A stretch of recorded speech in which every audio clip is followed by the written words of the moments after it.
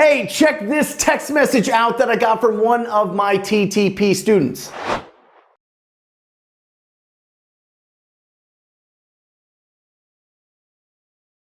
Classic, right? You get all the way to the point where you give an offer to a motivated seller, you're so excited, and then your heart sinks because they tell you that they have to wait on accepting your offer because they have another investor coming to the property to check it out and to give them an offer. Not only that, they ghost you for like 24 hours, 48 hours. Watch this video, because in this video, it is me live on the phone with my student, giving him the exact steps that he needs to take to open up this conversation so that he can get this deal. Check this out.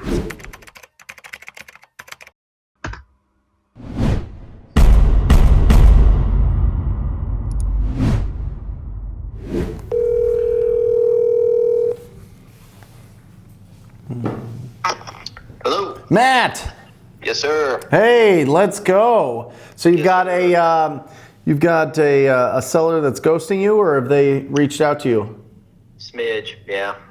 Nothing. I guess the 30-second version is the brother who's responsible is in Hawaii. I've been, negotiating with him for months now, and he was trying to get it settled to where he could sell the dad's house. The brother who lives here locally is kind of a deadbeat who's let it go into pre-foreclosure, and so I've been working on this since August, and then the dude in Hawaii got COVID, yada yada. So I reached out to him, told him I'd increase my offer last night, and then the brother calls me and says, "Oh, that's what the other person said they'd offer. They're coming tomorrow. Do you want to come?" And I'm like, "Well, no, I don't want to come."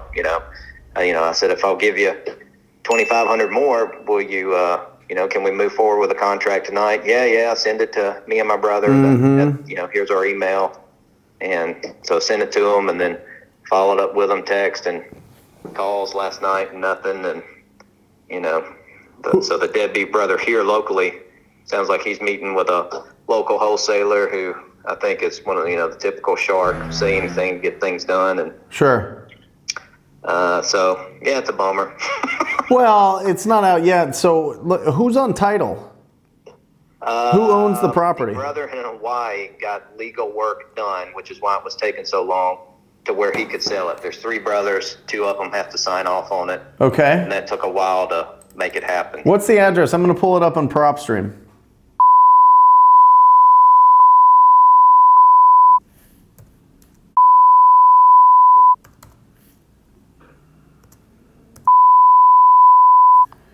And that is, what did you say? What's the city?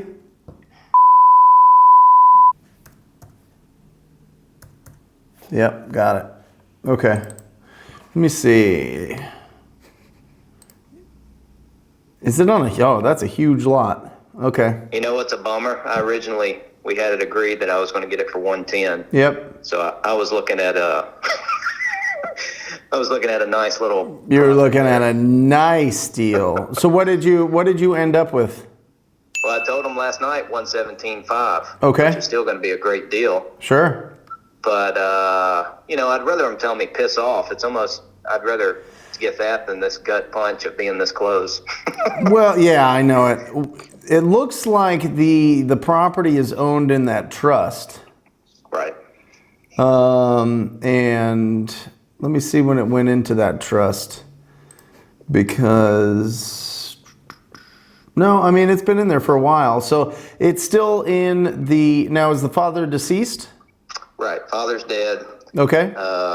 The deadbeat brother has been renting it here locally. Yep. And it's the kind of guy who doesn't even replace air condition or furnace. The tenant's been living. Listen, his estimated mortgage payment is $451, and he's not paying it. You know what I mean? Like, there's some distress here.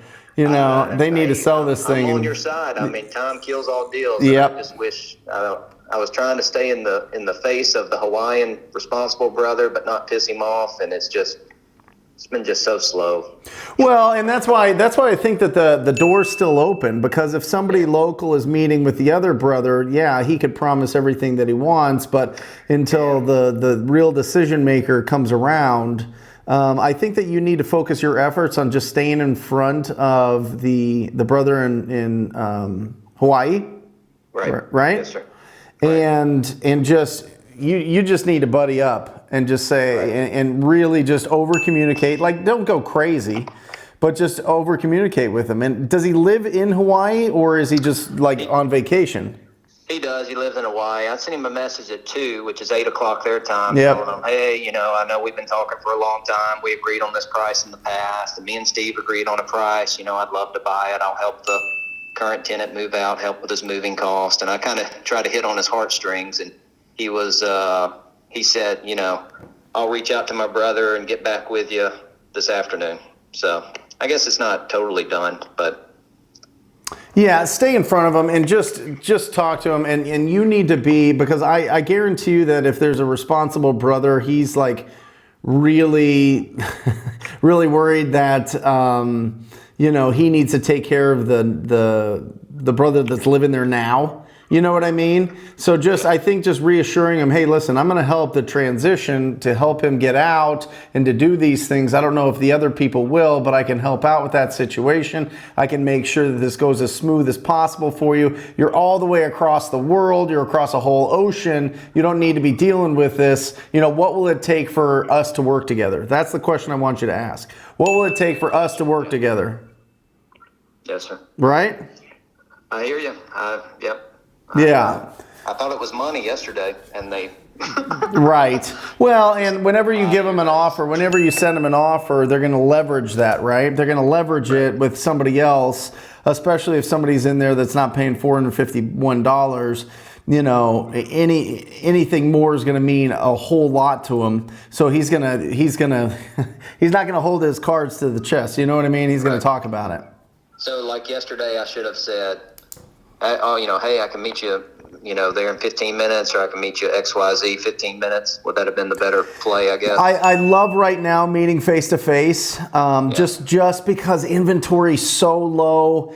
Interest rates are so low. The housing market is just booming. New construction is down a little bit because the construction costs are so much higher because we can't get stuff out of China. So there's just a lot of things that kind of factor to it. So anytime that you can get in front of them, get in front of them, right?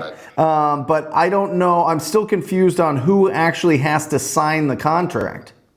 2 out of 3 brothers. So the Hawaiian brother has to sign, and the local brother has to sign. Okay. They have another brother who's estranged, and they've had to get some legal paperwork saying that the 2 of the 3 could move forward. So this is what I would do. This is like kind of like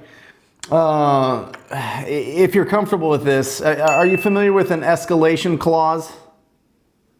I've heard of the idea, yeah. So basically, hey, listen, brother that lives here, I'll give you $500 more than anybody else. Just let me know. It's got to be in writing. You got to have a written contract, but I'll beat any contract by $500 or $1,000, whatever you think. You know what I mean? It kind of puts you in the position where you're still in the conversation. And if it's really about the money for them, they're gonna communicate with you. You know what I mean? Yeah, that would have been a good one yesterday to pull out. Well, text them. Yeah. You know what I mean? Yeah, just say, right now. I'm willing to, if you do receive another offer, I'm willing to put an escalation clause into my contract that gives you $1,000 more than a written offer that you get from anybody else. Nice. Right? Sure. And at least that might get him to pop his head out a little bit and communicate with you. At least open up that conversation so that you can start, seeing if what the other offers are, and if the other buyer's serious, or if they rubbed him the wrong way, or if they're in love with these new buyers. You know what I mean? So it's not just an unknown in your mind. When you do that, do you demand or request to see the other person's written offer, or do you just kind of have to go off of what the seller says? If he puts something that's just really crazy, some bananas price, all of a sudden he goes, well, this guy offered me $220. You know what I mean? Or something, be like, okay, well, I'd love to see that written. You know what I mean? But and you could set a cap to it if you want, but I would just leave it open-ended for now. I'll give you $1,000 over, and we'll make sure that my offer is the absolute best for you, because I know if you work with me, I'm going to make this as smooth as possible for you. I like it. Yep. Yes, sir. I appreciate it. Yeah, you got it, Matt. So text me and let me know how it goes. Let me know when you get in contact with him again, okay? All right, I appreciate it. All right, brother. Thanks. See ya.